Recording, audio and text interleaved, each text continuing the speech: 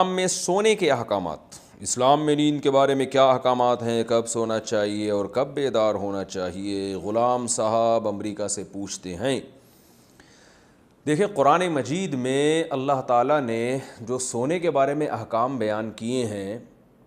اس میں پہلی بات تو پتہ چلتا ہے کہ سونے کا اصل ٹائم رات ہے، دن نہیں ہے۔ دن میں بھی سونا ہے لیکن اصل جو سونے کا ٹائم ہے رات ہے۔ جیسے قرآن مجید میں اللہ کا ارشاد ہے وَجَعَلْنَا اللَّيْلَ لِبَاسًا، رات کو ہم نے لباس بنایا جو سب چیزوں کو ڈھانپ دیتی ہے، اور جو ہے وہ ڈھانپنے کا مطلب یہی ہے ہر چیز کو چھپا دیتی ہے، تو انسان بھی رات کو آرام میں آ جاتا ہے اور وہ لیٹ جاتا ہے۔ تو اصل سونے کی جو ہے نا جو وقت ہے وہ رات ہے، اور دن میں بھی سونا ہے تھوڑی دیر، جس کو قیلولہ کہا جاتا ہے، اس کا بھی قرآن مجید میں ذکر ہے، اور آپ صلی اللہ علیہ وسلم نے بھی اس کی تاکید فرمائی، قیلوا فإن الشیطان لا یقیل، قیلولہ کیا کرو اس لیے کہ شیطان قیلولہ نہیں کرتا۔ اور قیلولہ کسے کہتے ہیں؟ دوپہر کھانے کے بعد تھوڑی دیر آرام کرنا، یہ نہیں کہ لمبی تان کے لمبی سو گئے، ایسا نہیں ہے، تھوڑی دیر، شارٹ نیپ جسے کہا جاتا ہے انگلش میں۔ تو دوپہر کو تھوڑی دیر آرام کرنا یہ بھی حدیث سے ثابت ہے، اور رات کو سونا یہ تو قرآن و سنت سے ویسے ہی ثابت ہے، آپ صلی اللہ علیہ وسلم کا معمول بھی تھا۔ البتہ لمبی تان کے جو سونا ہے یہ قرآن و سنت کے خلاف ہے، جیسے کہ آج کل ہم سوتے ہیں، سو رہے ہیں تو پولیس آتی ہے اٹھانے کے لیے۔ اس کی دلیل بھی قرآن مجید میں کانوا قلیلا من اللیل ما یہجعون، فرمایا راتوں کو بہت تھوڑا سویا کرتے تھے، دن میں تو ویسے ہی تھوڑا سونا ہے تو رات کو بھی اتنا نہیں جتنا پبلک سو رہی ہے، اس کی نسبت تھوڑا۔ تو صحابہ کرام کی اگر ہم نیند دیکھتے ہیں، صحابہ تابعین کی، تو وہ نیند بہت تھوڑی ہوتی تھی۔ یہ جو آج کل مشہور ہو گیا نا 8 گھنٹے سونا صحت کے لیے ضروری ہے، یہ بالکل غلط ہے۔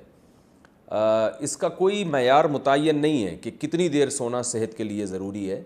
شریعت نے ہمیں، پہلے میں شریعت کے حکام اس بارے میں بتا دوں، پھر اس پہ انشاءاللہ جدید تحقیق کو بھی میں پیش کروں گا آپ کے سامنے۔ تو پہلی بات کیا ہوئی؟ دن میں بھی تھوڑی دیر آرام کرنا ہے ہم نے، اور سونا جو زیادہ یعنی جو پراپر سونا ہوگا وہ رات میں ہوگا، وہ دن میں نہیں ہوگا۔ ایک بات یہ پتہ چلی۔ دوسری بات ہمیں یہ پتہ چلی کہ قرآن کہتا ہے تھوڑا سوتے ہیں، جتنا پبلک سو رہی ہے نا یہ بہت زیادہ سو رہی ہے، اتنا زیادہ نہیں سونا۔ یہ دوسری ہمیں ہدایت قرآن سے پتہ چلی، قرآن و سنت سے۔ تیسری ہدایت ہمیں یہ پتہ چلی ہے کہ جلدی سونا ہے رات کو۔ رسول اللہ صلی اللہ علیہ وسلم نے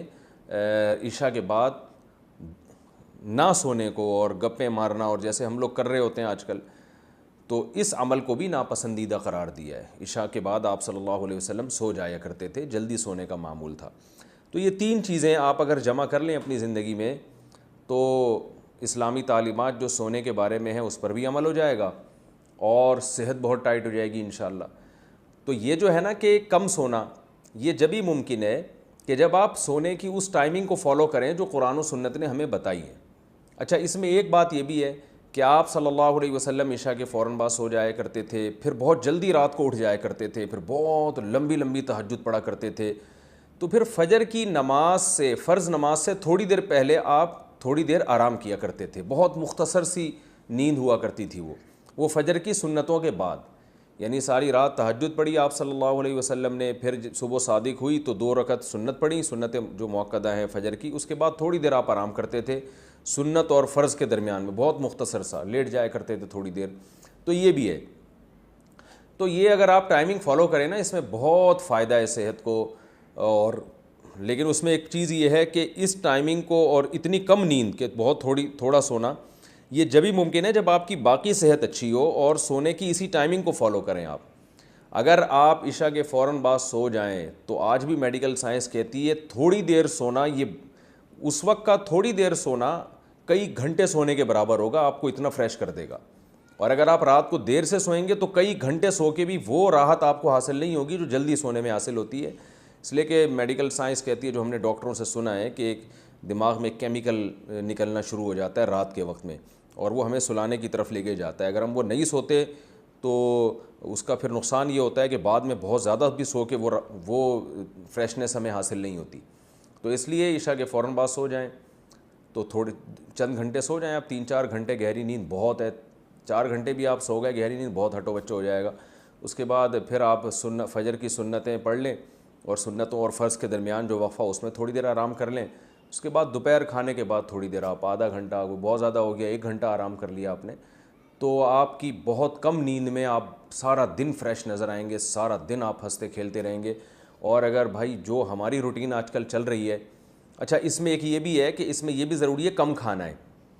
کیونکہ جو زیادہ کھاتا ہے پھر وہ اس کو زیادہ سونا پڑتا ہے، جتنا کھائیں گے اتنا ہی پھر وہ موٹاپا آئے گا اور درجنوں مسائل، تو کھانا بھی کم کھانا ہے اس میں۔ تو ہر لحاظ سے آپ اگر پوری شریعت کی تعلیمات کو فالو کریں گے، پھر اس کو ایسا نہیں کہ آدھی تعلیمات شریعت کی لیں آدھی آج کے رواج کے لے لیں، تو پھر وہ صحیح حساب چلے گا نہیں، تو اسی حساب سے کھانا بھی پھر کم کرنا ہے آپ نے۔ تو اگر آپ اس ترتیب کو فالو کریں گے نا، تو آپ دیکھیں گے چند گھنٹے، یعنی 4 5 6 گھنٹے بھی آپ کے لیے 24 گھنٹے میں بہت ہوں گے، تو آپ ان لوگوں سے زیادہ اچھا کام کر سکیں گے جو 8 8 9 9 گھنٹے سو رہے ہیں پھر بھی وہ فریش نہیں ہوتے، اور آپ 5 6 گھنٹے کی نیند میں بہت زیادہ فریش ہو جائیں گے اگر آپ اس ترتیب سے سوئیں آپ۔ تو یہ ہے، لیکن یہ کہ یہ باتیں آج کل کون عمل کرتا ہے؟ آپ عشاء کے بعد سونے کی کوشش کریں گے، پبلک ہی نہیں سونے دے گی آپ کو، گھر والے میں سارے جاگ رہے ہوتے ہیں، تو پورے گھر کا ماحول چینج کرنے کی ضرورت ہے، پوری قوم کو چینج کرنے کی ضرورت ہے، حکومتی سطح پہ اس پہ کوشش ہونی چاہیے، محنت ہونی چاہیے۔ جن ملکوں میں جلدی سونے کا رواج ہے، چائنا میں اور تھائی لینڈ میں گیا ہوں، وہاں بھی میں نے دیکھا ہے کہ لوگ جلدی سوتے ہیں اور فجر کے بعد ان کی مارکیٹیں کھلی ہوتی ہیں، تو وہاں گورنمنٹ نے جو ہے نوٹس لیا تھا اور گورنمنٹ لوگوں کو اس پر لے کر آئی ہے، حکومتی سطح پر اس کی کوششیں اور محنتیں ہوئی ہیں۔ تو قوم تو جبھی تبدیل ہوتی ہے جب گورنمنٹ لیول پر اس کی کوشش ہو، لیکن آپ اپنے طور پر اگر کر لیں تو بہت اچھی بات ہے، کم از کم 2 4 لوگ ہی ٹھیک ہو جائیں گے۔